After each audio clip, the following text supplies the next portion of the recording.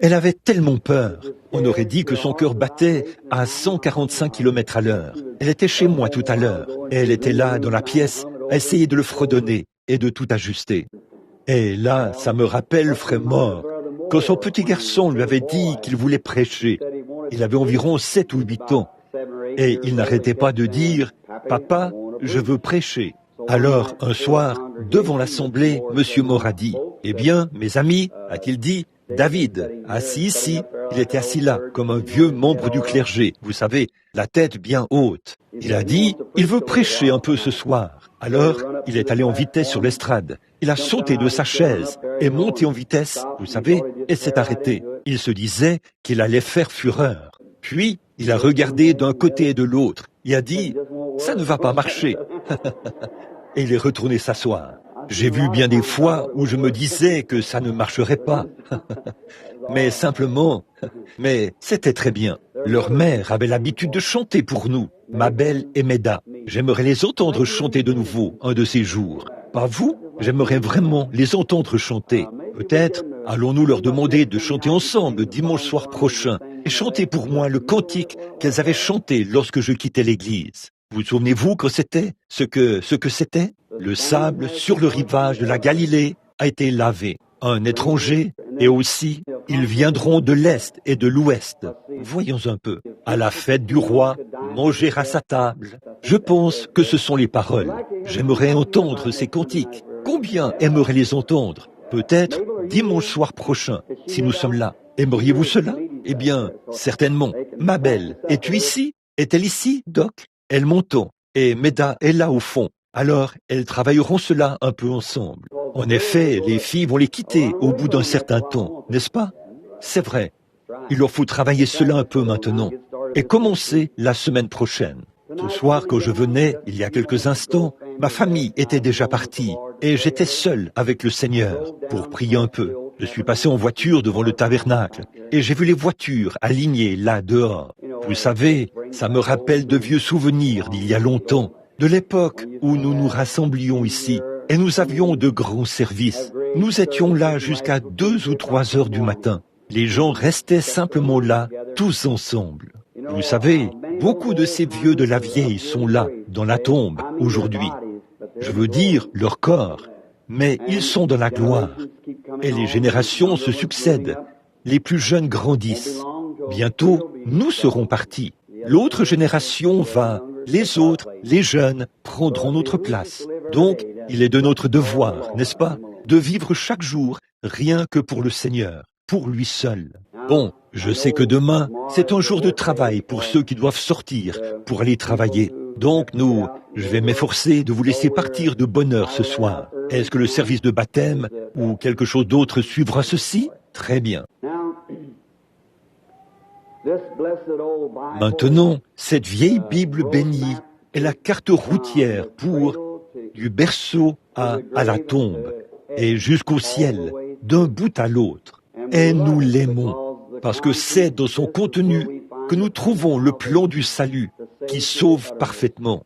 Or, avant de l'ouvrir, parlons à l'auteur, pendant que nous courbons la tête un instant. Notre Père Céleste, nous te remercions ce soir pour tout ce qui a déjà été fait pendant cette réunion, pour les cantiques et pour tout ce qui a déjà été fait.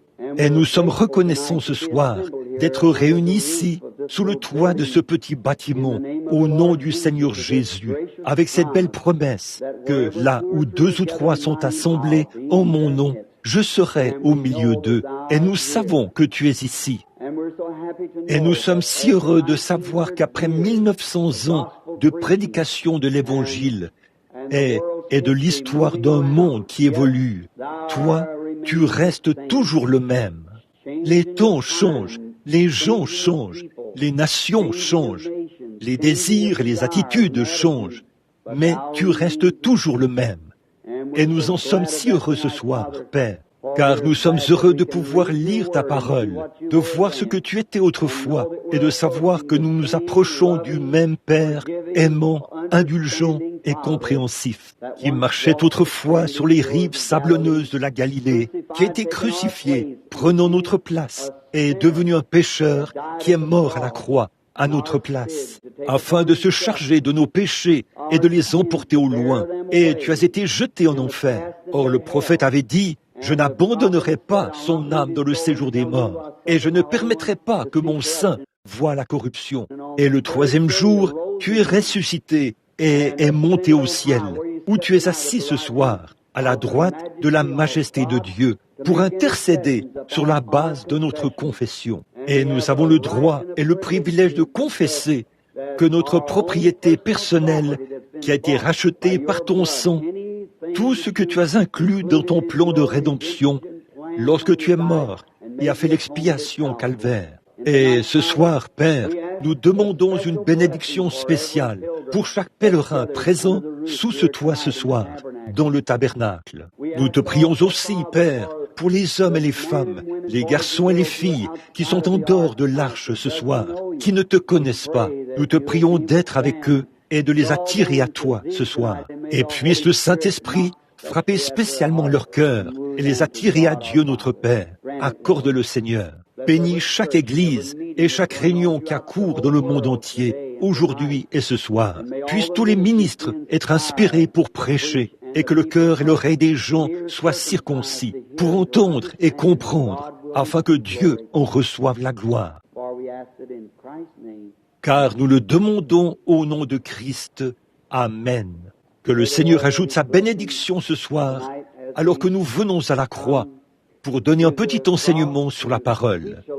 C'est en quelque sorte une leçon d'école du dimanche. Vous savez, je me disais tout à l'heure, alors que j'étais assis là-haut, vous savez, ce serait merveilleux, à un moment donné, si il y a un grand bâtiment vide, ici en ville, l'ancien cinéma Dream.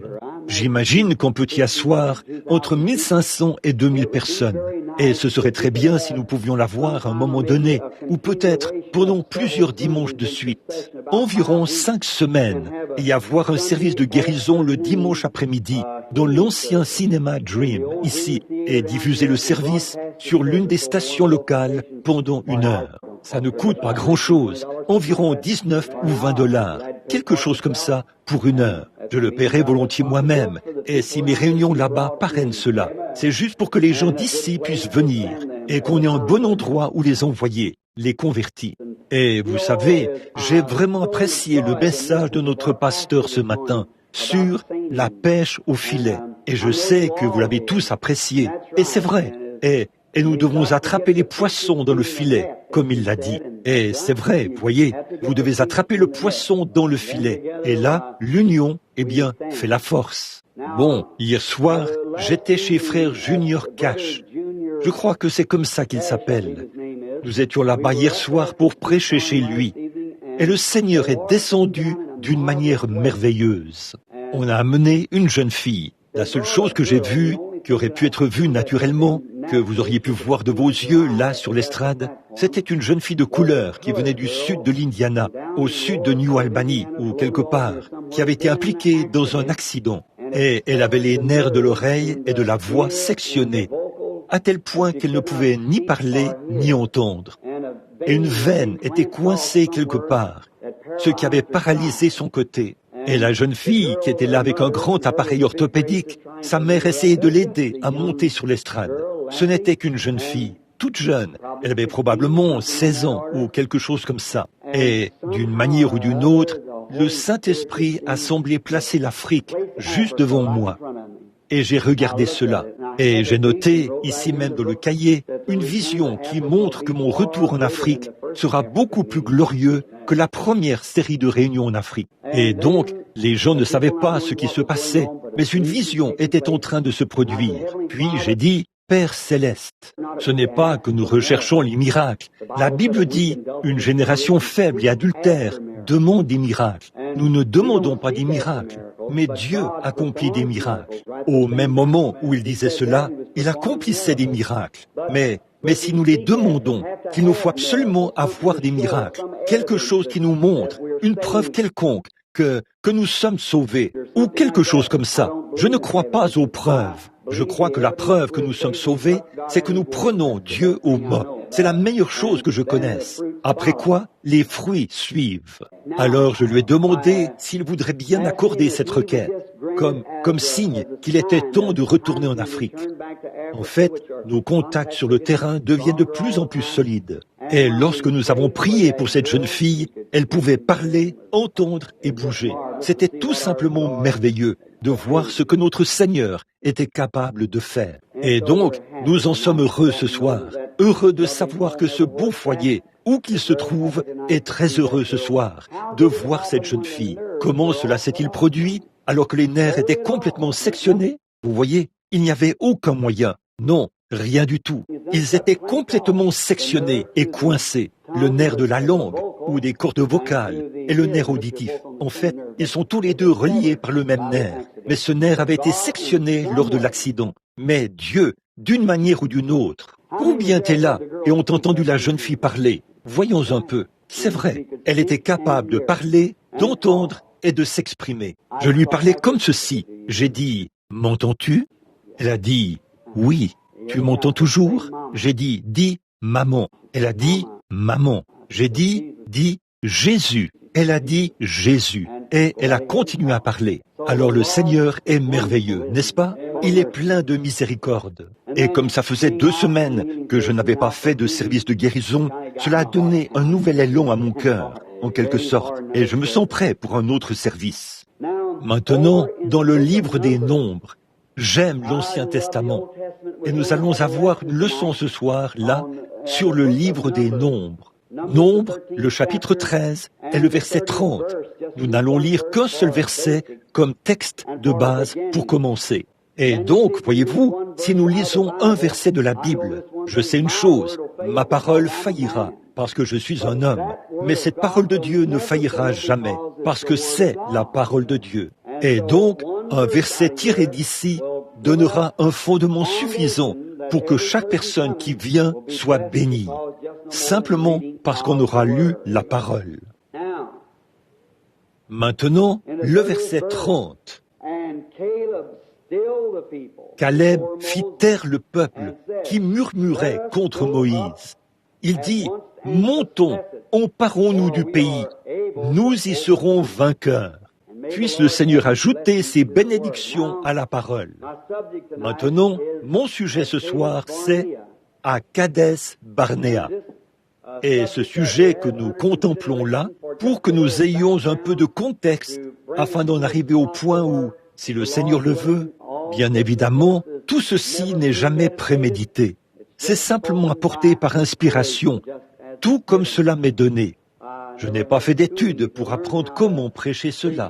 J'ai essayé de le faire 4 ou 5 fois, et c'était vraiment un terrible gâchis. Je ne sais vraiment pas comment m'y prendre, mais je l'aime vraiment, et je compte sur lui, et je sais que c'est aussi votre cas à tous.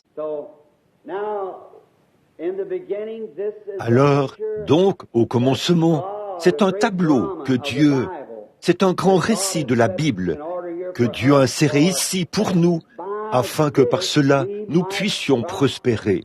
Je crois que dans Hébreux, le chapitre 10 ou le chapitre 12, il est dit, « Puisque nous sommes environnés d'une si grande nuée de témoins, rejetons tout fardeau et le péché qui nous enveloppe si facilement, afin de pouvoir courir avec persévérance dans la carrière qui nous est ouverte, ayant les regards sur le chef et le consommateur de notre foi, le Seigneur Jésus-Christ. »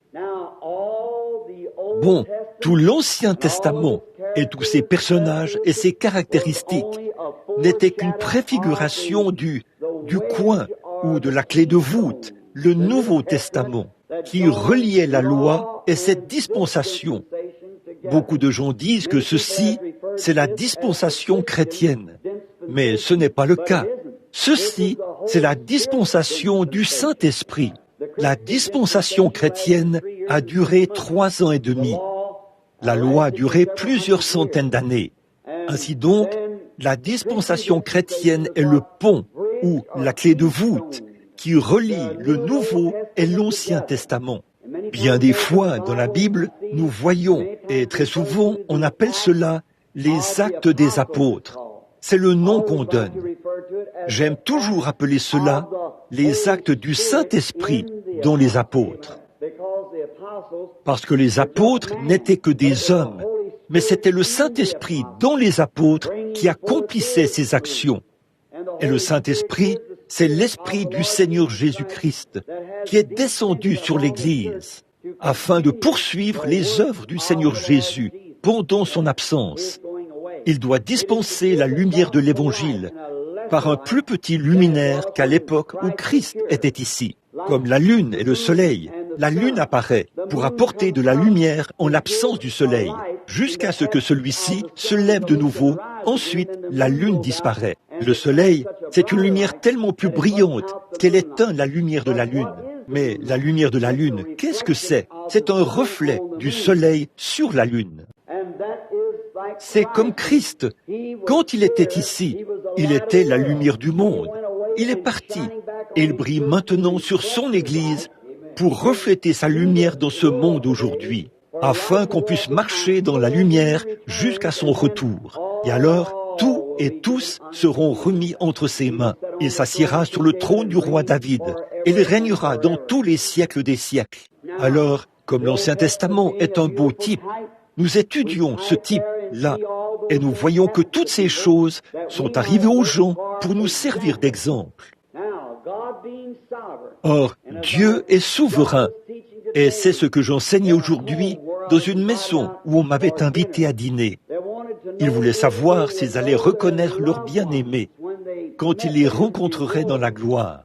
Eh bien, j'ai dit, certainement, nous les reconnaîtrons. Voyez, nous sommes nous avons 3 corps différents dans lesquels nous habitons.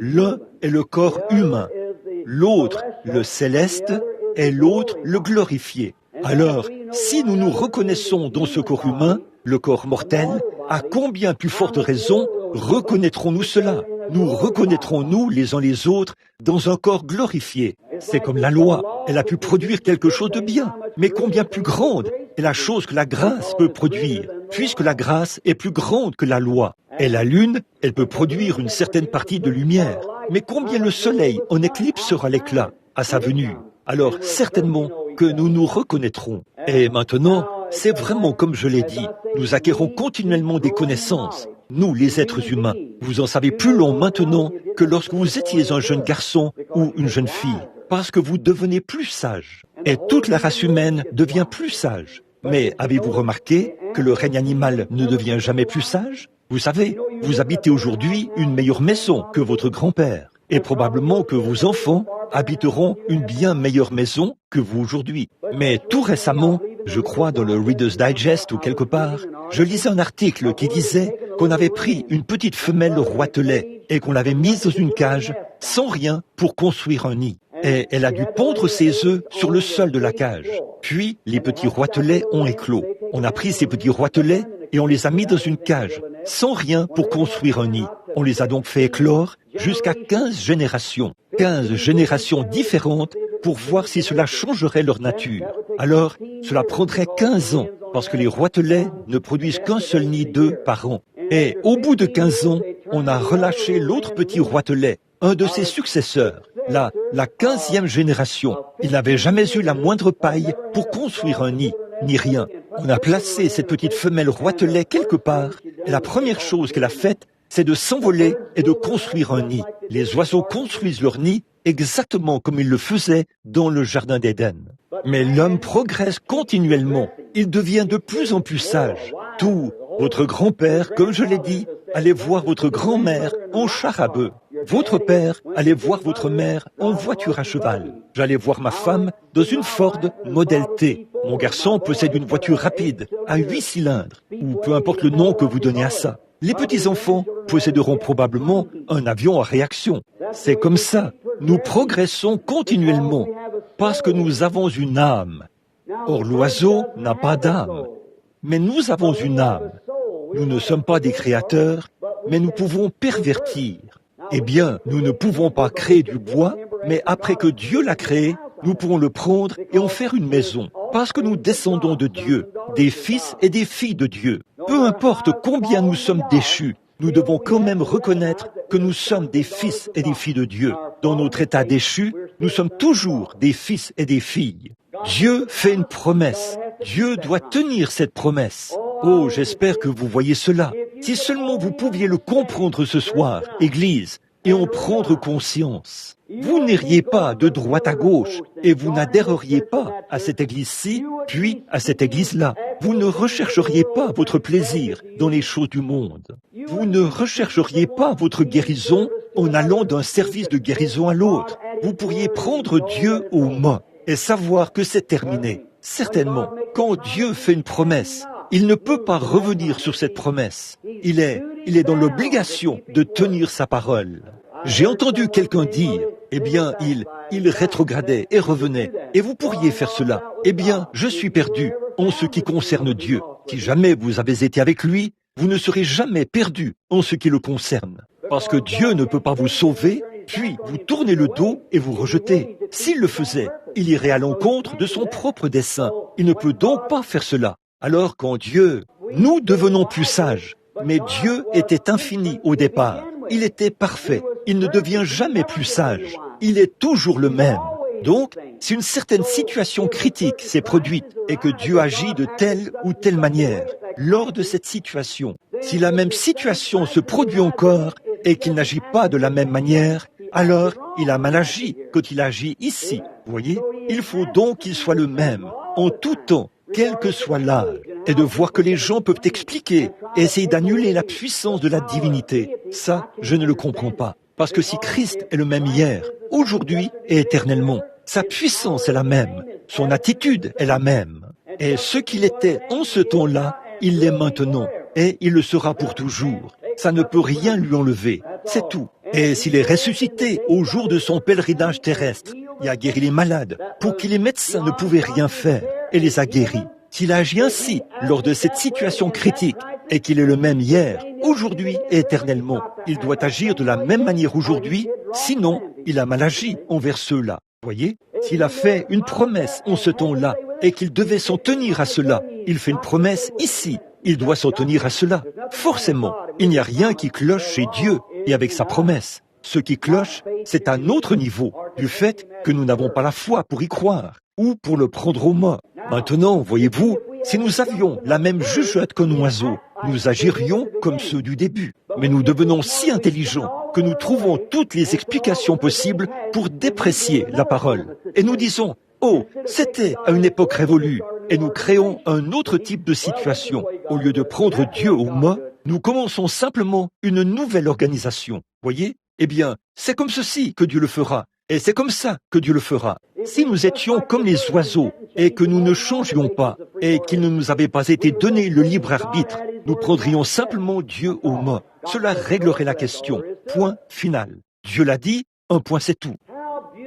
Comme c'est beau de voir que le Dieu vivant et vrai vit encore aujourd'hui. Au milieu de tout ce chaos, Dieu vit et règne encore. Maintenant, ce peuple de l'Alliance, Israël, s'était retrouvé là-bas en Égypte à cause de leur désobéissance et parce qu'ils avaient vendu leur frère Joseph. Ils avaient été emmenés en Égypte et y étaient restés en esclavage pendant 400 ans. Je veux vous faire remarquer qu'ils n'ont jamais perdu leur alliance. Ils avaient perdu leur liberté, pas leur alliance. Dès lors que Dieu a fait l'alliance avec Abraham, Isaac et Jacob, il a juré par lui-même qu'il sauverait Abraham et sa postérité après lui. Dieu est dans l'obligation de tenir cette promesse. Et il est tout aussi lié par sa promesse à votre endroit qu'il l'était envers Abraham. Quant à la promesse, c'est vrai, si vous êtes la postérité d'Abraham, comment devient-on la postérité d'Abraham? Nous qui sommes morts en Christ, nous devenons la postérité d'Abraham, dit la Bible, et nous sommes héritiers selon la promesse. Alors Dieu est autant lié envers vous qu'il l'était envers Abraham. Dites donc, cela devrait ôter toute peur. Dieu ne veut pas que vous ayez peur de quoi que ce soit. Reposez-vous solennellement sur ce qu'il a dit. Ce qu'il nous faut aujourd'hui, c'est un homme qui relèvera le défi de l'heure où nous vivons. C'est vrai.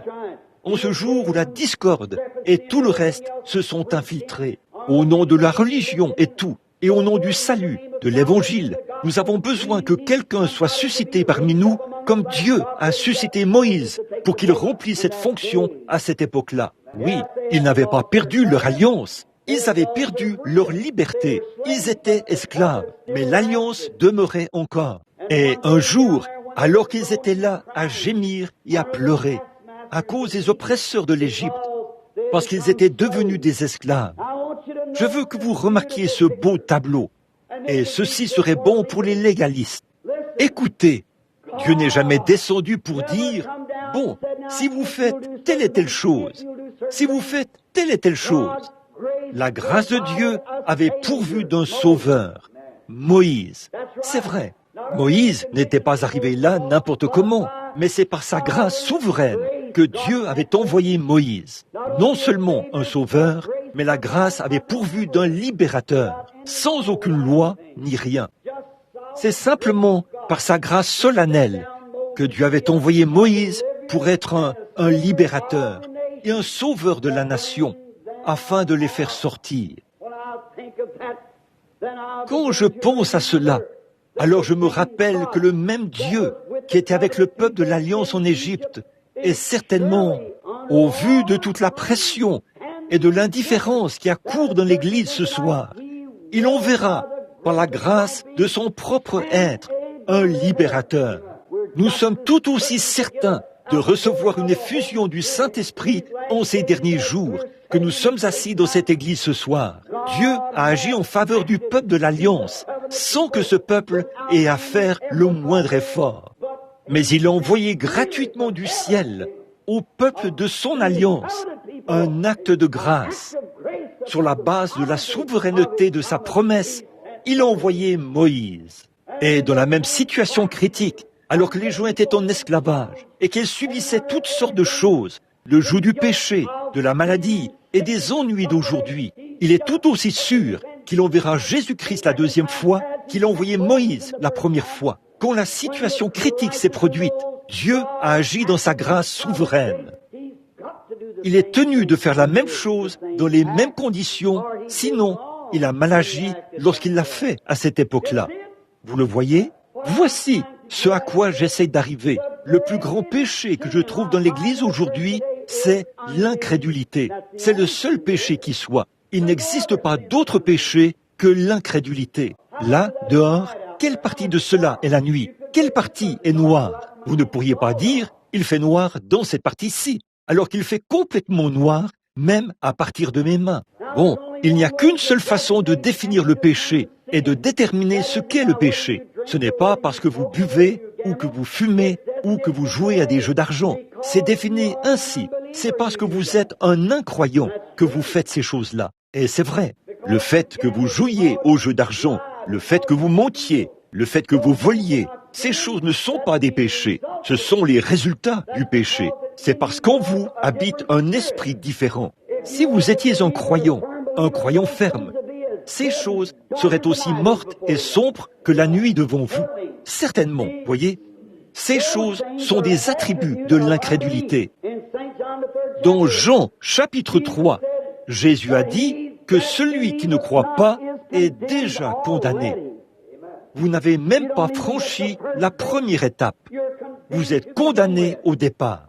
Donc, ça ne veut pas dire que vous devez avoir un étalon de mesure dans votre église. Si vous faites ceci, si vous vous conformez à ces règles-ci, si vous vous conformez à cette règle-là, bien des fois, les gens vont laisser de côté de petites choses comme ça pour faire partie d'une église. Mais la chose est encore dans leur cœur, et ils le font en secret. Mais une fois qu'un homme a satisfait aux exigences de Dieu et qu'il est né de nouveau de l'Esprit de Dieu, ces choses sont ôtées de sa vie. Il n'a plus le désir de les faire. Pourriez-vous imaginer un cochon? Le cochon ira manger sur un tas de fumier. Je ne lui en veux pas. C'est un cochon. C'est ce qui le pousse à le faire.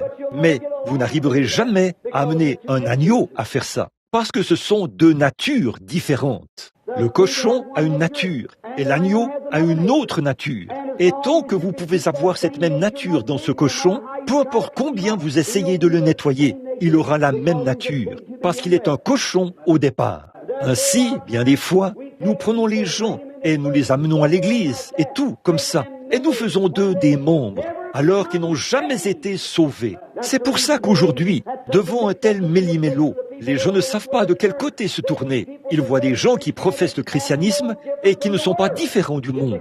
C'est parce que ces personnes ne sont jamais entrées en contact ou n'ont jamais été nées de nouveau. Elles n'ont jamais accepté le Seigneur Jésus, n'ont jamais cru en lui. Il se peut qu'elles se soient emballées, il se peut qu'elles aient dansé, il se peut qu'elles aient poussé des cris, il se peut qu'elles aient parlé en langue, il se peut qu'elles aient fait toutes ces choses, mais elles ne sont jamais venues à la personne, Jésus-Christ. Elles ne sont jamais vraiment nées de nouveau. Dans leur cœur, ces choses meurent, leur nature est changée et une nouvelle personne naît. Bon, Moïse, devenu adulte, a refusé d'être appelé fils de la fille de Pharaon. Après cela, il a tué l'Égyptien. Mais Dieu était avec lui dans le pays de Madian et il l'a ramené. Devant ce buisson ardent, ce jour-là, il a vécu une expérience qui l'a marqué toute sa vie. Et comme je l'ai dit hier soir, je le redis aujourd'hui, cet homme, peu importe combien Moïse avait été bien enseigné, combien il connaissait la théologie, combien il était un bon membre d'église, et il avait eu un bon professeur, sa mère. Il avait été élevé selon tous les préceptes d'instruction possibles. C'était un fils de roi. Mais en essayant par lui-même, il n'a quand même pas réussi à accomplir cela. Mais en 5 minutes, dans la présence du buisson ardent, il est devenu une nouvelle personne. Il s'est passé quelque chose. Et ce qu'il nous faut aujourd'hui, dans nos séminaires, ce n'est pas tant un enseignement de la théologie, mais une expérience du buisson ardent, où les hommes se prosternent devant Dieu et le rencontrent face à face. Ce qu'il nous faut aujourd'hui, c'est quelqu'un qui relèvera le défi, comme il en était en ce temps-là. Ce qu'il nous faut, ce sont des hommes et des femmes qui ont rencontré Dieu et qui savent de quoi ils parlent. Pas quelqu'un qui essaie d'enseigner à partir d'un livre d'église ou d'une théologie ouverte. Ce qu'il nous faut aujourd'hui, c'est un homme qui était dans la présence d'un buisson ardent, qui est né de nouveau, a été changé et est devenu une nouvelle créature. Voilà le genre de personne qu'il nous faut aujourd'hui. C'est le genre de personne qui restera sur la ligne de feu, quoi qu'il arrive. Moïse, après avoir reçu sa commission, est descendu en Égypte et a délivré les enfants d'Israël. On voit une grande erreur et une grande chose. Ce qui arrive en ce jour-là arrive de même aujourd'hui. Nous voyons que lorsque Moïse est allé chercher les enfants d'Israël et qu'il les a fait sortir, il s'était produit un phénomène.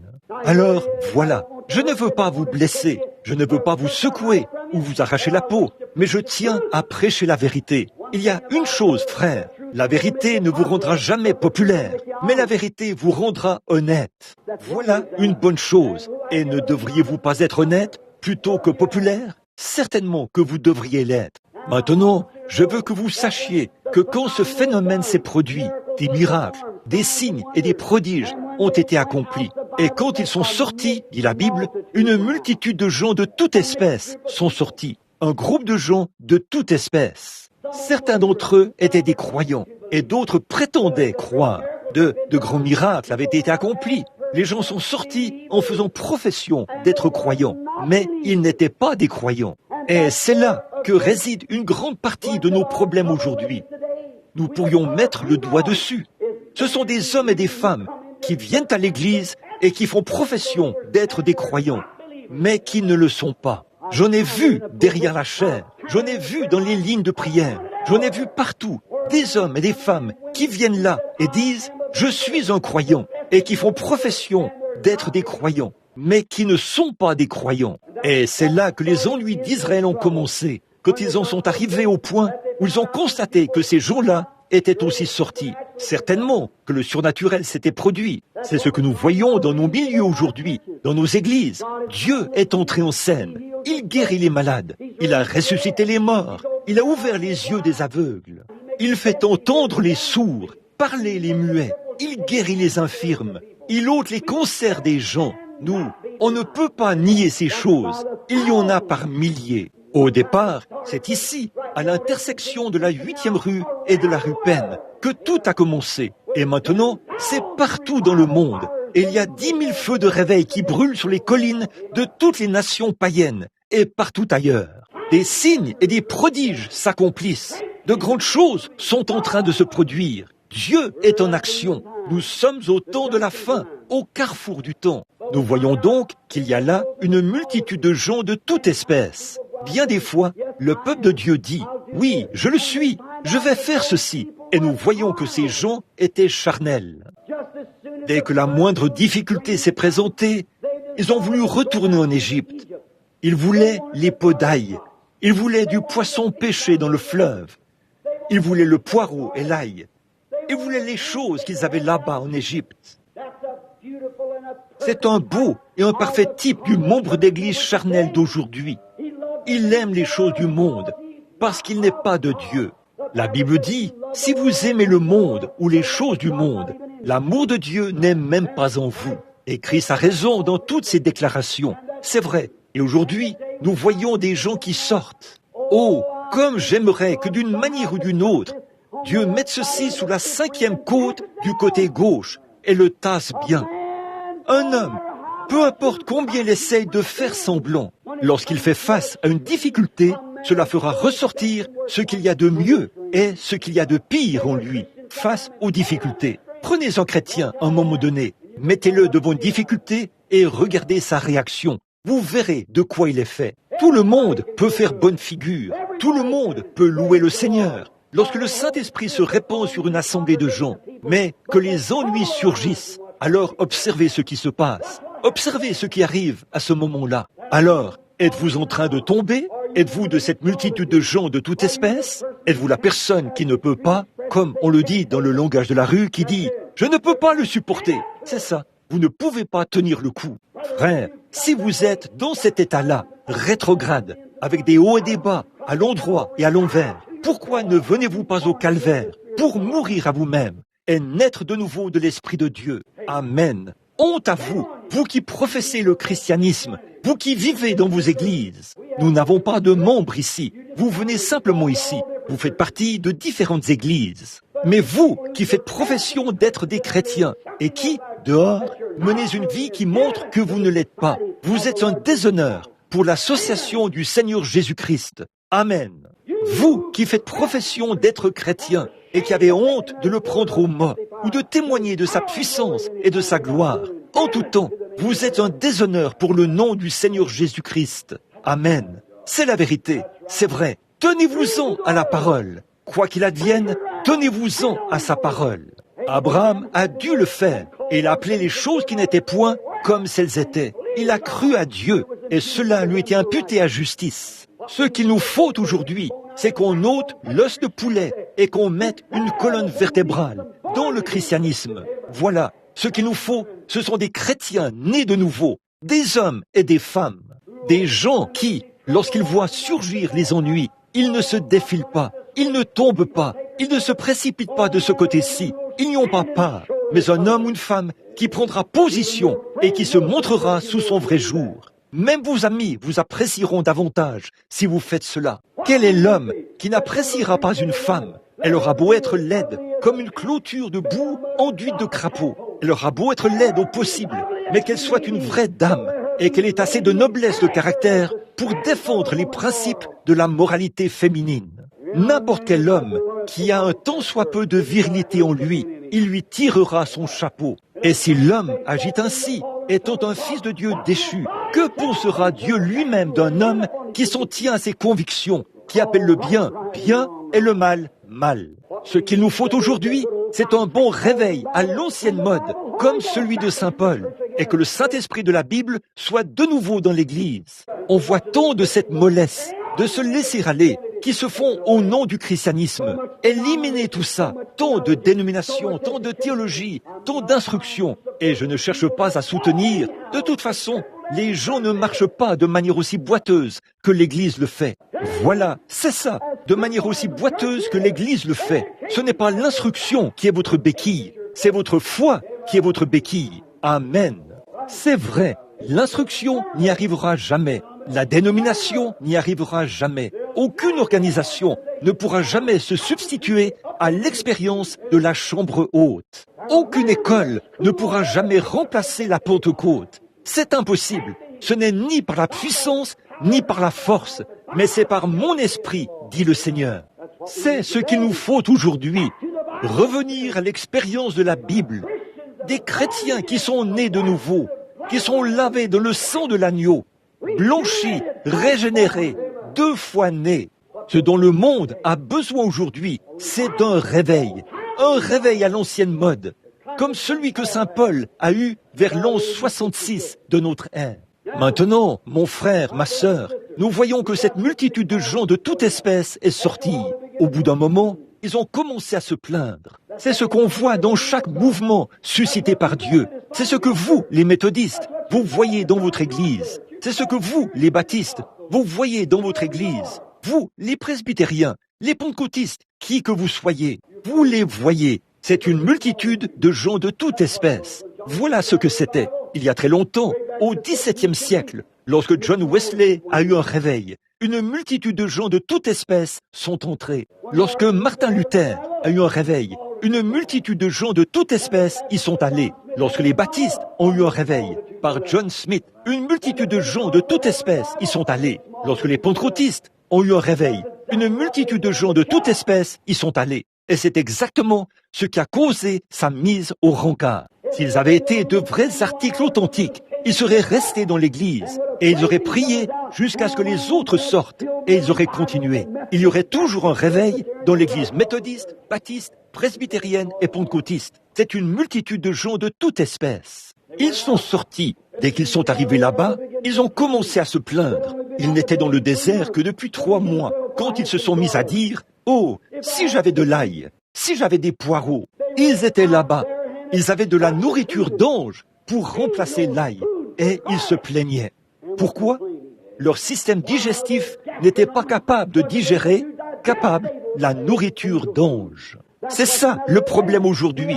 Nous n'avons pas eu de réveil du Saint-Esprit à l'ancienne mode. Et notre tube digestif spirituel n'est pas capable de digérer un bon vieux réveil à l'ancienne mode du Saint-Esprit par lequel on peut tenir bon. Au contraire, il nous faut une ordonnance du médecin, l'ordonnance du docteur Jésus, qui nous remettra sur pied, certainement. Ils ne tiennent pas bon, ils avancent, ils reculent. À la moindre petite chose qui surgit, ils se plaignent, se disputent, se mettent dans tous leurs états. Ils prennent une église dans laquelle l'une de ces choses éclate, c'est comme un cancer. Ça détruira toute l'église. C'est vrai, nous devrions commencer tout de suite à nous débarrasser de cela. Eh bien, ils n'étaient pas très loin. Bon, réfléchissez un peu à ça. Ils mangeaient de la nourriture d'ange, descendue du ciel, et ils se plaignaient. Ils buvaient des eaux issues d'un rocher frappé, les eaux pures et saintes de la vie, et ils se plaignaient. Ils désiraient l'eau boueuse du Nil. C'est pareil aujourd'hui. Les gens disent « Oh, prédicateur, vous êtes trop borné, vous dépouillez l'Église de tous les plaisirs. Quand vous vous mettez à prêcher contre ce genre de choses, si et ce genre de choses-là. Frère, si l'Église en était où elle professe l'être aujourd'hui, elle aimerait les choses de Dieu et détesterait les choses du monde. Elle a une multitude de gens de toute espèce. C'est ça le problème aujourd'hui. Une multitude de gens de toute espèce. Des gens qui désirent les choses du monde et qui veulent introduire des futilités dans l'Église. C'est pour ça qu'ils trébuchent et tombent. C'est ce qui empêche d'avoir des réunions de prière. C'est pour ça qu'ils organisent toutes sortes d'associations dans l'Église et qu'ils enlèvent l'autel à la première rangée. Et le seul feu qu'ils ont, c'est au sous-sol. C'est ce qui dit aux prédicateurs de prêcher 15 minutes et de le faire en parlant des chapelets ou des oiseaux rouges ou des choses de ce genre. Mais, je vous le dis, une église du Dieu vivant, née de nouveau, veut entendre l'évangile.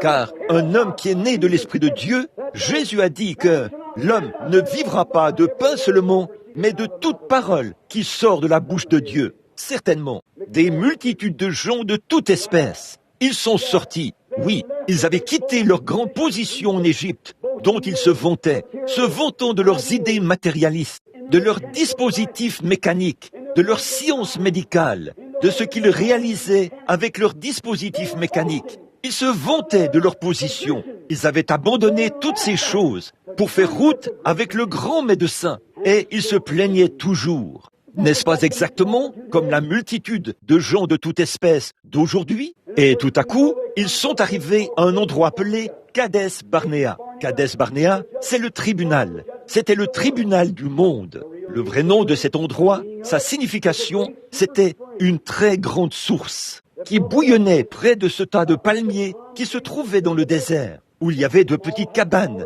qu'on appelait une ville, le lieu d'habitation du peuple d'une nation ou d'une petite poignée de personnes.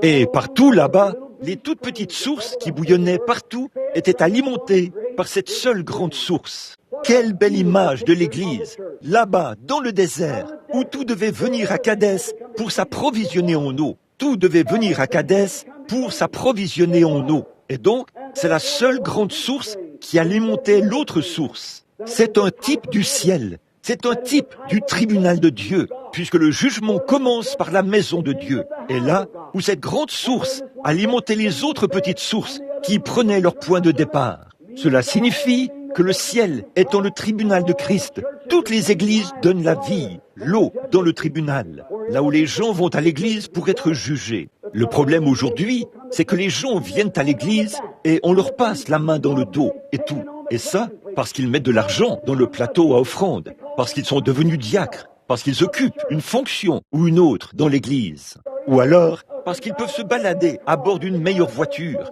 ou porter de meilleurs vêtements, ou quelque chose comme ça. On vous respecte et on vous passe la main dans le dos. Frères, ce qu'il nous faut aujourd'hui, ce sont des prédicateurs à l'ancienne mode, qui appelleront les choses par leur nom. Noir, c'est noir, et blanc, c'est blanc. Comme Jean-Baptiste, lorsqu'il est sorti du désert de Judée, il n'était pas très bien habillé. Il était enveloppé d'une peau de mouton, avec une ceinture de cuir, un tissu de poils de chameau attaché autour de lui. Et il est arrivé là, en prêchant la repentance. Et quand Hérode a pris la femme de son frère Philippe, et qu'il l'avait épousée, il est allé là-bas à la réunion. Je peux m'imaginer le diacre qui dit « Ne prêche surtout pas sur le mariage et le divorce ce soir, parce qu'il y a un grand homme parmi nous ce soir. Ne fais surtout pas ça. » Pouvez-vous imaginer qu'un homme qui a reçu le Saint-Esprit dans le sein de sa mère puisse fermer les yeux sur un péché, quel qu'il soit? Jean-Baptiste avait reçu le Saint-Esprit 3 mois avant sa naissance. Il était mort dans le sein de sa mère, quand le nom de Jésus a été prononcé pour la première fois.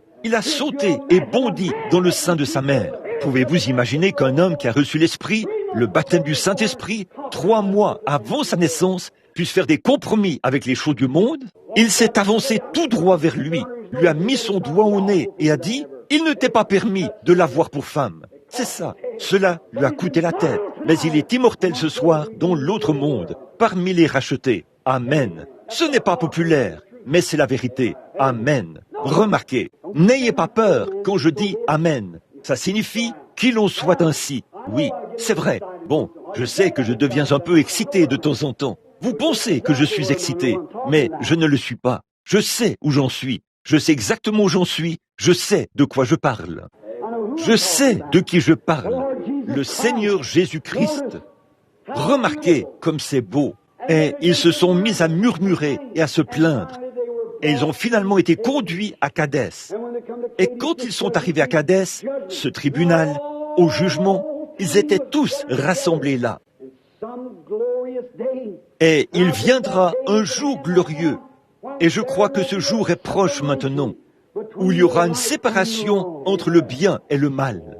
Et je crois que je peux suffisamment prouver, par l'autorité que donne l'Écriture, que la marque de la bête est le sceau de Dieu, ou le peuple de Dieu, vont bientôt se manifester, et que c'est même en train de se manifester maintenant. La marque de la bête, c'est la marque de l'apostasie. La marque de la bête, c'était ceux qui avaient rejeté le bien. On leur perçait l'oreille pour qu'ils demeurent dans l'erreur pour le reste de leur vie. Ceux qui reçoivent le sceau de Dieu, c'est le baptême du Saint-Esprit. Éphésiens 4:30 dit « N'attristez pas le Saint-Esprit de Dieu, par lequel vous avez été scellés jusqu'au jour de votre rédemption. » On en est au point où on ne peut plus supporter la médiocrité. C'est vrai. C'est comme un homme qui essayait d'aller au ciel. Il avait une poignée de billets. Le contrôleur de train lui a posé la question quand il est monté à bord. Il lui a dit « Pourquoi avez-vous autant de billets ?» L'un des billets était un billet des méthodistes, l'autre des baptistes, l'autre de la science chrétienne, l'autre des adventistes du 7e jour, l'autre était toutes les choses. Il lui a dit « Pourquoi avez-vous tous ces billets ?» Il a dit « Eh bien, je vais vous le dire, monsieur. » Il a dit « L'un disait sans cesse que ceci est vrai, et cela est vrai. Alors, je les ai tous essayés. » Il a dit « Je me suis dit que j'apporterais le billet de chacun d'eux. » Et il a été condamné. Frère, il n'y a qu'un seul moyen d'aller au ciel. C'est par Jésus-Christ, en étant né de nouveau du Saint-Esprit. Si un homme ne naît de nouveau, il n'entrera point dans le royaume, a dit notre Seigneur Jésus-Christ. Amen. Quel jour que celui où nous vivons, mon ami. Quel temps que celui où nous vivons. Quel changement. quelle secousse! Dieu a toujours confirmé son Église. Dieu le fera toujours. Je ne dis pas qu'ils viendront tous au Branham Tabernacle. Je ne dis pas qu'ils iront tous à Wall Street. Je ne dis pas qu'ils iront tous à l'église chrétienne ou n'importe quelle autre église. Ce que je dis, c'est que dans chaque église, Dieu a ses membres. Il a les membres de son corps qui sont nés de nouveau. Et ce sont eux qui sont fidèles à Dieu. Ce sont eux qui aiment le Seigneur Jésus de tout leur cœur et de toute leur âme. Vous les verrez lire leur Bible dans la réunion de prière. Vous les verrez faire tout ce qu'ils peuvent pour le royaume de Dieu. C'est vrai, mais la multitude de gens de toute espèce est vraiment imposante, écrasante. Elles essaient de ramener les gens dans les choses du monde. Ce qu'il nous faut aujourd'hui, c'est un autre Kadès Barnéa. C'est vrai, là où commence le jugement. Qu'est-ce qui s'est passé par la suite? Corée s'est levé et a dit, il n'y a pas que Moïse qui soit saint parmi le peuple. Et il a rassemblé un grand groupe de gens. Puis, il s'est présenté là avec ce grand groupe de gens et a dit, nous sommes des prophètes, nous sommes ceci et nous sommes cela. Que s'est-il passé? Dieu a parlé à Moïse et a dit, sépare-toi de lui. Puis il a ouvert la terre et les a engloutis. Ça a été la fin de ces ronchonneurs et la fin de ces gens qui avaient suivi Corée. Que s'est-il passé ensuite? Dieu a dit, il a dit à Moïse, envoie des espions pour explorer le pays où nous allons, celui que je t'ai promis. Si Dieu leur avait dit que c'était un bon pays, si Dieu avait fait toutes ses promesses, cela aurait dû satisfaire n'importe qui, puisque c'est Dieu qui l'avait dit. Bon, à tous les coups, nous allons crier « Gloire au Seigneur » à ça. Mes frères, c'est le même Dieu qui leur a fait ces promesses, qui nous fait toutes ces promesses qu'il leur a faites. Pourquoi en doutons-nous? Qu'essayez-vous de dire, frère Branham? Est-ce une multitude de gens de toute espèce? Oui, c'est tout à fait cela. C'est une multitude de gens de toute espèce. Et nous sommes à Kadès en ce moment, où de grands hommes dans le pays. Nous avons eu un Jacques Schuller, un Billy Graham. Nous avons eu Oral Roberts, Tommy Hicks, Tommy Osborne. Nous avons eu de nombreux hommes puissants qui ont parcouru ce pays d'un bout à l'autre. Et ce soir, il y a plus de débit d'alcool que d'églises. Leur nombre va en croissant. Qu'est-ce qu'il y a? Il y a une multitude de gens de toute espèce. Je vais vous dire quelque chose, que cette nation ne se contente pas de réserver 1 heure d'un certain jour à la réunion de prière, où environ 1% de 1000 personnes essaieront d'y assister. Faites en sorte que toute cette nation se tourne vers Dieu, qu'elle ferme tous les débits d'alcool, détruise toutes les distilleries et ferme tous ces lieux de beuverie et d'escroquerie et tout le reste. Qu'on interdise aux femmes le port de ces espèces de petits shorts dégoûtants et qu'on fasse de leur port dans les rues une infraction passible d'une peine de prison. Qu'on nettoie les foyers, les maisons et l'église et qu'on mette des prédicateurs derrière la chaire au lieu d'une sorte de conférencier. Cela déclenchera un réveil à l'ancienne mode où les hommes et les femmes invoqueront Dieu. Nous aurons un réveil qui balayera le pays et ce sera la meilleure défense que nous ayons jamais eue. C'est la seule chose au monde qui arrêtera la bombe atomique. Vous avez un abri anti-aérien sous son aile. Amen. C'est vrai. Remarquez, Kadès Barnéa est entré en scène. C'est là que le jugement devait avoir lieu.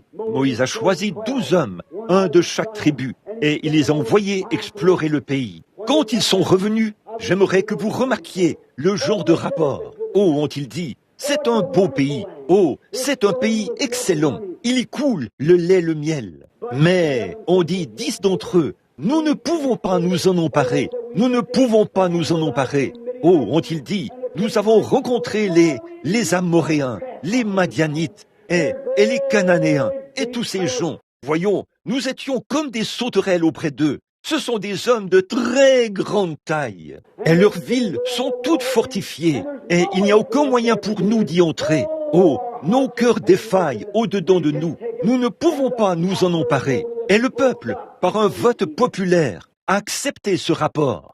Mais il y avait là 2 personnes, l'un nommé Caleb et l'autre nommé Josué, qui avaient ramené une grappe de raisin qu'il fallait 2 hommes pour porter. Caleb a dit, « Tranquillisez-vous devant le prophète, tranquillisez-vous !» Il a dit, « Nous sommes tout à fait capables de nous en emparer. Allons et emparons-nous-en tout de suite. Ce qu'il nous faut en cette heure-ci, c'est un homme qui relève le défi de la promesse de Dieu devant les gens. Dieu a promis l'effusion de la bénédiction de Pentecôte dans les derniers jours. Je veux dire, une vraie effusion de la Pentecôte. Et il est temps que cela se produise. On en est à un autre Kadès Barnéa. Oui, monsieur. Ils ont dit, nous pouvons très bien le faire. Certainement que nous pouvons le faire. Qu'était-ce? Ces membres d'église peureux regardaient à ce que leurs yeux voyaient. Mais Caleb et Josué regardaient à la promesse de Dieu. Peu m'importe combien ils avaient d'opposition, combien grands paraissaient les géants, combien grandes paraissaient les clôtures. Ils regardaient à la promesse de Dieu. Et ce soir, chaque homme et chaque femme qui veut marcher avec Dieu, ne prêtez pas attention à ce que le monde dit. Si nous sommes capables ou incapables, Dieu l'a promis et c'est réglé. Dieu l'a dit. J'aime ça. Une fois que Dieu l'a dit, ça règle la question pour toujours. Je vous le dis ce soir, nous avons eu beaucoup de prétextes fallacieux. Nous avons eu beaucoup de croyances artificielles. Nous avons vu beaucoup de choses qui sont sorties pour se donner au spectacle. Certainement, le diable vous présente toujours ses précurseurs, une contrefaçon pour effrayer les gens. Nous avons connu une fausse Pentecôte. Nous avons connu une fausse pluie. Nous avons connu un faux ceci et cela. Mais malgré tout ça, un authentique baptême du Saint-Esprit existe. Une authentique bénédiction de Pentecôte existe encore. Une authentique guérison divine existe. Un esprit authentique existe. Un peuple authentique existe. Et c'est maintenant l'heure de se mettre en route. C'est vrai, les gens sont à l'heure de la décision maintenant. Vous devez prendre votre décision. Cette Église doit prendre une décision. Chaque homme en arrive au point où il fait face à une heure cruciale. Il y a eu un moment crucial où vous avez dû prendre une décision. Vous vous trouviez devant un tribunal. Il vous fallait répondre « Je suis coupable » ou « Je ne suis pas coupable ». Quand vous vous tenez devant le juge, vous devez prendre une décision. Et ce soir, le Branham Tabernacle doit prendre une décision. Nous allons soit avancer, soit rebrousser chemin. C'est vrai, soit vous retournez à l'ail et aux poireaux et aux choses de l'Égypte, soit vous avancez vers la nourriture d'anges, vers le pays promis au sujet duquel Dieu a fait une promesse. Nous avançons vers un réveil du Saint-Esprit à l'ancienne mode. Sinon, vous serez mou, vous vous traînerez partout et vous picorerez comme un rouge-gorge sur une pomme jusqu'au jour de votre mort. Vous devez prendre votre décision. Vous ne pouvez pas continuer comme ça. Pourquoi clochez-vous des deux côtés, a dit Élie. Si Dieu est Dieu, servez-le. S'il n'est pas Dieu, alors ne le servez pas. Si la véritable expérience de Dieu, c'est ce qui ôte le péché du cœur de l'homme, et non pas le fait d'appartenir à une église, ou d'appartenir à un clan, ou d'appartenir à une organisation, ce contre quoi je n'ai rien à dire. Ces choses sont très bien. Si l'instruction ne produira pas cela, nous l'avons essayé bien des fois et nous en avons obtenu des citernes qui fuient. À un moment donné, quand nous avons eu le conseil des quatre, nous avons pensé que cela mettrait fin à toutes les guerres. Ça n'a pas mis fin aux guerres. Il y avait une fuite dans cela. À un moment donné, nous avons pensé que les programmes pédagogiques sauveraient le monde entier. Nous avons instruit les gens. Et qu'avons-nous obtenu? Une bande d'athées instruits. C'est tout à fait vrai. À un moment donné, nous avons pensé que les associations sauveraient le monde. Et nous avons vu que les criminels les plus vils que nous avons sont issus de ces soi-disant associations. L'instruction et les associations ne sauveront pas le monde. Il n'y a qu'un seul sauveur du monde, le sang de Jésus-Christ, qui a été répandu librement au calvaire pour la rémission de tout péché que l'homme a un jour commis. Il était blessé pour nos péchés, brisé pour nos iniquités. Le châtiment de son qui nous donne la paix est tombé sur lui. Et c'est par ces meurtrissures que nous avons été guéris. Je défie tout homme ou toute femme, au nom de Jésus-Christ, de prendre Dieu aux mains au sujet de sa promesse ce soir. Et voyez si sa promesse est vraie ou fausse. J'ai vu les morts ressusciter, alors que les médecins les avaient abandonnés, après les avoir déclarés morts. J'ai vu des aveugles recouvrer la vue, qui étaient complètement aveugles depuis des années et des années. J'ai vu des sourds, des aveugles, des boiteux et des estropiés sautiller, sauter et louer le Seigneur.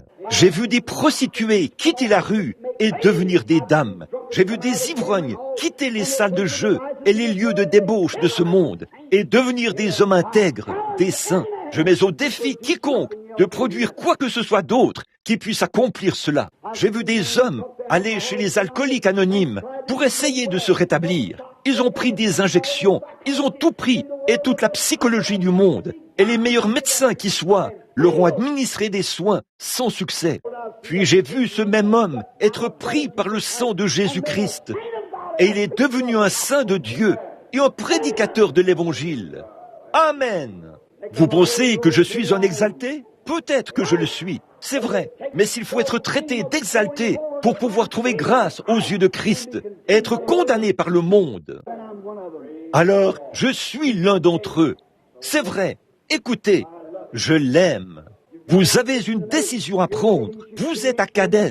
Voyez-vous? Vous voyez, vous ne pouvez pas tenir plus longtemps. Pourquoi clochez-vous des deux côtés? Pourquoi l'église n'est-elle pas en feu? Pourquoi la salle n'est-elle pas bondée de monde? Pourquoi de grands signes et des prodiges ne se font-ils pas? Ne mettez pas ça sur le dos du pasteur. C'est vous. Nous avons une multitude de gens de toute espèce. L'un tire dans un sens et l'autre dans l'autre. Vous devez en arriver à un moment où il vous faut prendre une décision. Si c'est le pasteur, renvoyez-le, faites-le partir et nommez quelqu'un d'autre à sa place. Si c'est un diacre, faites-le partir du conseil et mettez quelqu'un d'autre à sa place. Qui prendra cette place-là? Qu'allez-vous faire, frère? Dieu vous en a confié la responsabilité. C'est ça. Chacun de nous devra rendre compte de nos propres péchés et répondre au jour du jugement. Nous sommes à Kadès Barnéa. Et la parole de Dieu dit que nous pouvons nous en emparer. La parole de Dieu dit que nous pouvons avoir un réveil. La parole de Dieu dit que dans les derniers jours, il susciterait tous ces signes et ces prodiges. Et ça, il l'a fait. Chaque homme est à sa place. Mais ce que nous devons faire, c'est de nous réunir et de commencer le réveil. Qu'est-ce que nous pouvons faire? Il se peut que le moment de votre décision soit maintenant arrivé. Il se peut que le moment de votre décision arrive une autre fois. Mais s'il est maintenant arrivé, vous feriez mieux d'y répondre. Vous dites, « Oh frère, je prendrai ma décision un de ces jours. » Vous devez la prendre. Et c'est maintenant qu'il faut la prendre. Il y a eu un temps où vous aviez, à l'époque où vous étiez en fréquentation avec votre femme, mon frère, il vous a fallu prendre la décision de l'épouser ou non. Il vous fallait prendre une décision. Il se peut que certains aient dit, tu ne dois pas te marier. D'autres ont dit, eh bien, tu ferais mieux de te marier. L'un dit, eh bien, on est plus heureux quand on se marie. Un autre dit, tu prépares ta propre ruine. Toutes ces différentes choses, c'était à vous de prendre la décision. C'est vrai, les jugements de Kadès Barnéa sont là, devant vous. Peut-être que certains d'entre vous ici devraient divorcer. Il y a forcément des moments, parfois, où des différends surviennent au sein de la famille. Il faut régler cela d'une manière ou d'une autre. Et vous devez prendre une décision. Je vais vous dire, mon frère, ce soir, la décision à prendre, c'est que vous et votre femme, vous vous entouriez de vos bras. Si vous vous prosternez devant Dieu, que vous vous agenouillez et que vous prenez la décision de servir Jésus-Christ et lui seul, les tribunaux de divorce seront complètement asséchés. C'est vrai, aucune conversation avec votre avocat n'est nécessaire. Ce qu'il vous faut, c'est une conversation avec votre Sauveur. C'est vrai, votre avocat peut très bien vous donner des conseils, mais votre Sauveur peut vous sauver. Votre avocat peut très bien vous donner de la psychologie, des conseils tirés de ses études sur le psychique. Mais Jésus-Christ peut vous donner sa grâce et son amour. Cela remplacera tout ça. Si vous êtes malade ce soir, vous devez prendre une décision. Si vous allez accepter Christ comme votre guérisseur ou non. Vous ne pouvez ni être mou, ni traînasser à ce sujet. Vous devez dire, je crois en lui, ou je ne crois pas en lui. Je vais me rétablir, ou je ne peux pas. Je n'ai pas assez de foi pour guérir. Vous devez prendre votre décision. Si vous êtes un pécheur ce soir, vous devez prendre votre décision. Vous êtes à Kadès Barnéa. Vous êtes là, au tribunal. Ces petites sources, qu'est-ce qu'elles étaient? Des églises. Elles représentent, elles coulent de là. Le jugement commence par la maison de Dieu. Jésus l'a dit. La Bible dit. Le jugement commence par la maison de Dieu. Nous sommes dans la maison de Dieu ce soir. Et vous devez prendre votre décision. Vous devez prendre votre décision, soit de venir à Christ, soit de le rejeter ce soir. Chaque pécheur ici présent doit prendre cette décision maintenant même. Soit vous sortirez d'ici en étant un meilleur homme ou une meilleure femme que lorsque vous êtes entré. Soit vous repartirez d'ici pire que lorsque vous êtes entré. Vous ne pouvez pas rester médiocre ce soir. Vous devez la prendre. Ceci était sur mon cœur. Maintenant, c'est sûr. C'était sur mon cœur. Maintenant, c'est sur vos mains. Vous devez prendre votre décision. Et vous devez prendre une décision. Vous avez peut-être été un bon membre d'église. Peut-être avez-vous toujours ardemment désiré avoir plus de Dieu. Vous avez peut-être voulu faire quelque chose pour Dieu. Souvenez-vous, vous n'êtes mortel qu'une seule fois. Et cette période-là est la seule période où vous serez mortel. Et c'est peut-être maintenant le moment où vous devez prendre votre décision. Soit vous allez avancer avec Dieu, soit vous allez rester où vous êtes. Il se peut que vous ayez à prendre votre décision ce soir. Si c'est le cas, je prie que vous laissiez tout tomber. Souvenez-vous, peu m'importe ce que c'est, si c'est votre travail, si c'est votre famille, si ce sont vos êtres chers, si ce sont vos collaborateurs, si ce sont vos associés, ou qui que ce soit d'autre, détachez-vous de tout. Quiconque met la main sur la charrue et qui même se retourne pour regarder en arrière n'est pas digne de labourer. C'est vrai, rejetez tout fardeau et le péché qui vous enveloppe si facilement. Qu'est-ce que c'est? Rejetez tout fardeau et l'incrédulité qui vous enveloppe si facilement et courez avec persévérance dans cette carrière qui vous est ouverte. Prions. Père Céleste, au nom de Jésus-Christ, le Fils de Dieu, je termine ce petit message et je le place dans le cœur des gens. Toi qui connais le cœur de tous les hommes et de toutes les femmes, toi qui connais le cœur de chaque garçon et de chaque fille, tu connais le cœur de chacun, tu connais mon cœur, depuis la chair jusqu'au concierge, Seigneur. Tu connais le cœur de chaque personne, tu sais ce dont nous avons besoin. Nous ne le savons pas. Tout ce que nous savons, c'est que nous savons que nous avons besoin de Jésus. Et, ô Christ de Dieu, pourrais-tu faire une promesse? Non, Seigneur, et ne pas l'accomplir. Tu as dit, là où 2 ou 3 sont assemblés en mon nom, je suis au milieu d'eux. Et s'ils demandent quoi que ce soit en mon nom, je le ferai. Quel défi adressé à notre Église, Seigneur. Quel défi adressé à notre société. Quel défi adressé à nos fidèles ce soir. Ce défi que tu nous as lancé. Si vous manquez de quoi que ce soit, demandez à Dieu, il vous le donnera. Maintenant, je te prie ce soir, cher Père Céleste, de répandre librement le Saint-Esprit, qui les reprendra dans leur conscience et sensibilisera leur cœur quant à leurs besoins, et le mien aussi, Seigneur, alors que nous nous attendons à toi au nom de Christ. Maintenant, alors que nous avons la tête inclinée, la sœur va nous donner la note au piano. Je vais vous poser une question. Ce moment est peut-être celui où vous devez prendre une décision. Combien ici, y a-t-il ici un homme ou une femme, un garçon ou une fille qui n'est pas un chrétien, qui est un pécheur, et vous voulez vous décider pour Jésus-Christ? Vous sentez que quelque chose frappe à votre cœur en ce moment? Voulez-vous lever la main pour confirmer votre décision et dire « Je prends maintenant la décision de servir Christ ». Que Dieu vous bénisse, monsieur. Quelqu'un d'autre? Je prends maintenant ma décision. Que Dieu vous bénisse, mademoiselle. Quelqu'un d'autre? Que Dieu vous bénisse, là, au fond, mademoiselle. Quelqu'un d'autre peut-il prendre sa décision? Je vais maintenant servir Christ. Je suis arrivé au bout. Je suis arrivé au moment critique. C'est maintenant l'heure. Je suis à Kadès Barnéa. Dieu se tient dans mon cœur. Est-ce que je suis capable de passer de l'autre côté? Puis-je abandonner mon ami? Puis-je abandonner mes fréquentations mondaines? Puis-je franchir la frontière, là-bas, et entrer dans le pays promis, où se trouve la promesse de Dieu? Est-ce que je serai un Caleb? Est-ce que je serai un Josué dans l'histoire du temps? Est-ce que je serai un Caleb ou un Josué dans les livres de Dieu?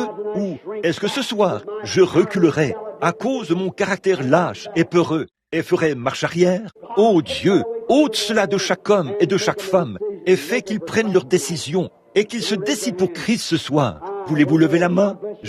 Un de plus? Que Dieu vous bénisse. Je vous vois là-bas, au fond. Quelqu'un d'autre? Là, à l'extérieur. Quelqu'un voudrait-il s'avancer vers une des fenêtres et poser sa main sur la fenêtre en disant « Je vais me décider pour Christ. Je suis à Kadès Barnéa, frère Branham. » Y a-t-il quelqu'un d'autre ici qui voudrait le faire? Y a-t-il un rétrograde qui voudrait dire « Je vais prendre ma décision ce soir. Les voies du transgresseur sont rudes. Je ne servirai plus le monde. À partir de ce soir, je servirai Christ. Je prends maintenant ma décision. Je vais lever la main. J'ai été un pécheur. J'ai été un chrétien, mais j'ai été rétrograde. Et je veux que Dieu soit miséricordieux envers moi. Y a-t-il quelqu'un ici ce soir qui est un chrétien, qui est un homme ou une personne de Dieu, mais vous avez été long à agir. Vous n'avez pas fait ce que Dieu vous a dit de faire. Vous avez eu des hauts et des bas. Vous avez écouté des choses que vous n'auriez pas dû écouter. Vous avez fait des choses que vous n'auriez pas dû faire. Et vous voulez que Dieu vous pardonne. Vous voulez un nouveau départ à partir de ce soir. Alors, vous voudriez vous décider pour Dieu, maintenant même, et dire « Je vais le faire ». Voulez-vous lever la main? Que Dieu vous bénisse. Que Dieu vous bénisse. Vous. Oh, c'est bien, très bien. Est-ce que quelqu'un d'autre veut lever la main? Je veux que vous leviez la main. C'est votre décision à l'égard de Dieu. Dieu voit votre main. Vous dites, à quoi cela sert-il? Oh, levez votre main droite vers Dieu une fois et voyez ce que ça fait. Levez la main droite dans un tribunal, puis dites un mensonge sous serment et voyez ce qui vous arrivera. Vous serez pris en défaut à cause de cela. Levez la main vers Dieu et faites un serment et voyez si le Saint-Esprit ne se saisira pas de vous à cause de cela. Quand Dieu se tient à la porte de votre cœur, prenez votre décision. Vous êtes à Kadesh Barnéa. Il y a là-bas toutes les bénédictions que Dieu vous a promises. Il y a là-bas un réveil à l'ancienne mode. Il y a là devant vous la joie, la paix, la longanimité, la bonté, la bienveillance, la douceur, la patience. Et vous ne les possédez pas. Elles sont à vous. Dieu vous a promis ces choses. Les voulez-vous? Y a-t-il un foyer qui est sur le point de se briser? Vous vous disputez et vous vous querellez. Et vous savez que vous ne devriez pas le faire. Vous avez honte de la façon dont vous agissez envers votre femme ou envers votre mari. Et ce soir, vous voulez que Dieu, dans sa grâce, vous donne la grâce de vaincre, de passer votre bras autour de lui ou autour d'elle et de dire, mon amour, par la grâce de Dieu, à partir de ce soir, voici notre décision. Je vais vivre pour Dieu. Levez la main. Y a-t-il une famille? Que tout le monde ait la tête inclinée maintenant. Levez simplement la main. Je suis si reconnaissant qu'il n'y en ait pas. Mais s'il y en a une, Dieu sait comment s'occuper de toutes choses. Y a-t-il une personne ici ce soir qui est malade depuis longtemps? Et peut-être qu'il semble qu'on a prié pour vous, mais vous n'avez pas la foi pour vaincre. Mais maintenant même, alors que vous allez prendre votre décision, Seigneur Dieu, à partir de cette heure même, je vais te servir.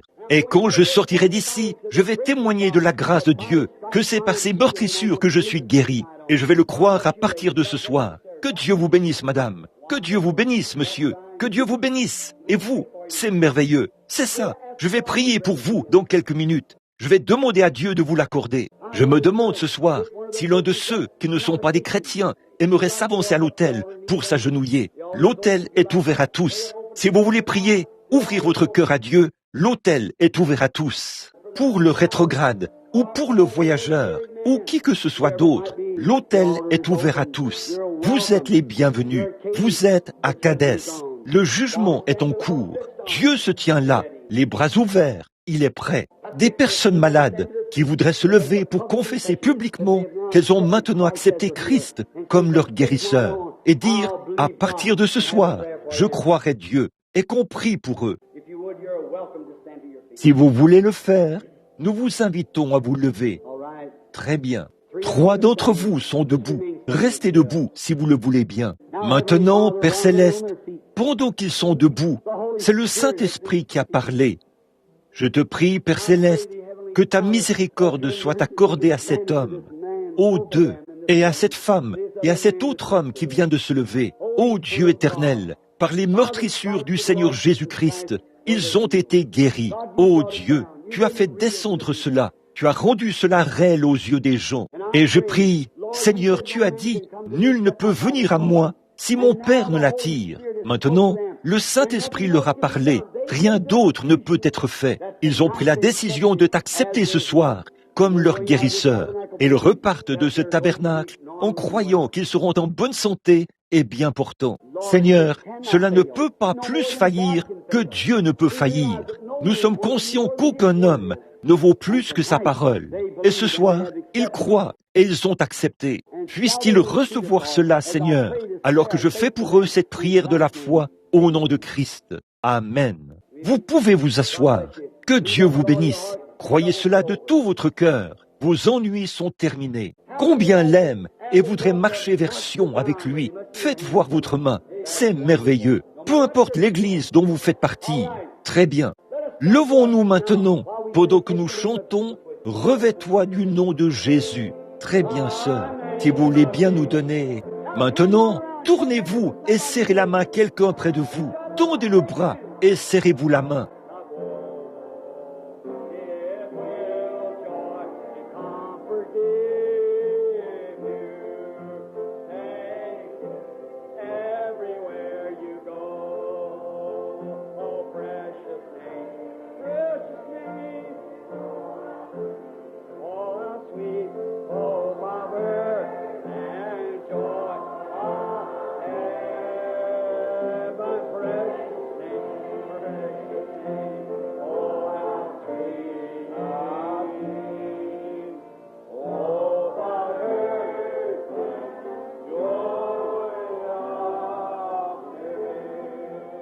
Vous tous qui l'aimez d'un amour suprême, de tout votre cœur, de toute votre âme, de toute votre pensée, de toute votre force, levez la main comme ceci et dites « Gloire au Seigneur ». C'est bien, très bien. Maintenant,